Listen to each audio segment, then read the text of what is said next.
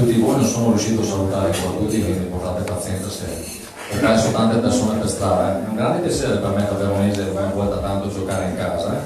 Ho assistito alla nascita di questo progetto 8 anni fa, che era partito proprio qui a Verona, insomma, era un momento molto particolare, e ritornare a Verona per me è una grande soddisfazione di vedere quanto è cresciuto questo progetto e quanto ancora ci darà soddisfazione nel prossimo futuro. Io non voglio avere di frasi o di convenevoli, insomma, è chiaro insomma, che ci teniamo molto come associazione e come presidente come faccio a non tenere un progetto che ha trovato questa corsa e questo fiato continuo. L'unica cosa che questa iniziativa mi lascia nel cuore questa sera è una riflessione banalissima. Io sono al tavolo con una bellissima bambina che mi ha aiutato a ricordare quello che succede in tante famiglie, anche la mia.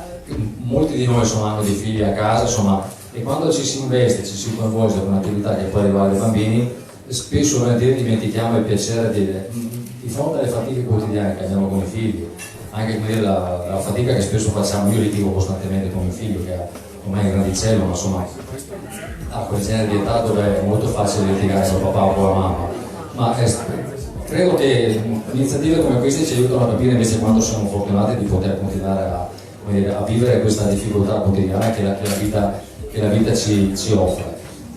Avere un'occasione come questa che ci fa fare questa riflessione è un grande momento. Alba Vite e queste associazioni, le tante associazioni che abbiamo incrociato in questi anni, sono una grande scusa per tornare a ripensare quello che siamo e a dare una mano che è solo un piccolo segno per quello che riusciamo a fare.